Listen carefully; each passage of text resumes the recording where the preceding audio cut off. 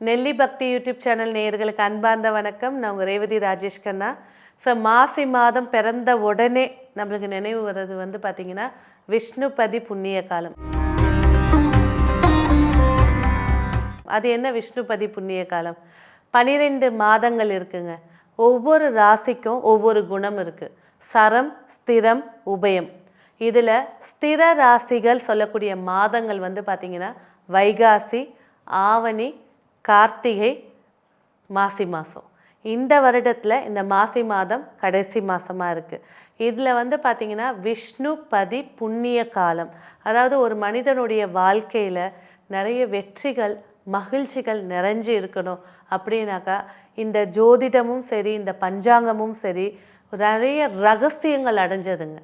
அதனால தான் ஒவ்வொரு நாளுக்கும் ஒவ்வொரு விஷயங்கள் இருக்குது. ஸோ நம்ம அவதரிக்கிறோம், நம்ம பிறக்கிறோம் அப்படின்னா இந்த கிழமை, இந்த நட்சத்திரம், இந்த திதி, இந்த யோகம், இந்த கரணம், இந்த பஞ்சபூத தத்துவம் ஹெல்ப் இல்லாமல் நம்ம பிறக்க போகிறதில்ல.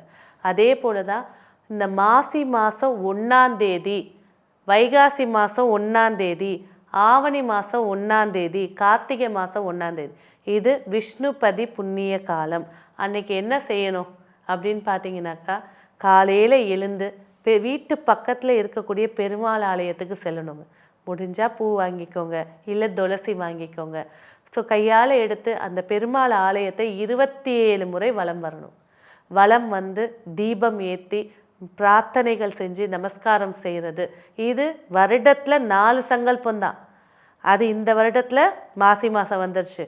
ஸோ இந்த சங்கல்பத்தை எடுத்து பண்ணும்போது டெஃபினட்டாக இதை நிறைய கிளைண்ட்ஸ்க்கு சொல்லியிருக்கோம், நிறைய ஸ்டூடெண்ட்ஸ்க்கு லெசனாக எடுத்திருக்கோம். இப்போ உங்களுக்கும் இதை நான் தெரிவிக்கிறேன்.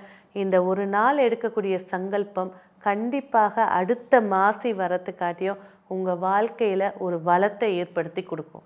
இல்லைங்க எனக்கு கடன் தாங்க அடையணும் சொல்லி சங்கல்பம் வைங்க, எனக்கு நோய் குணமாகணும், ஒரு விஷயத்தை நம்பிக்கையோடு செஞ்சு பாருங்கள். இந்த விஷ்ணுபதி புண்ணிய காலம் மகா வெற்றியை ஏற்படுத்தி கொடுக்கும். நன்றி.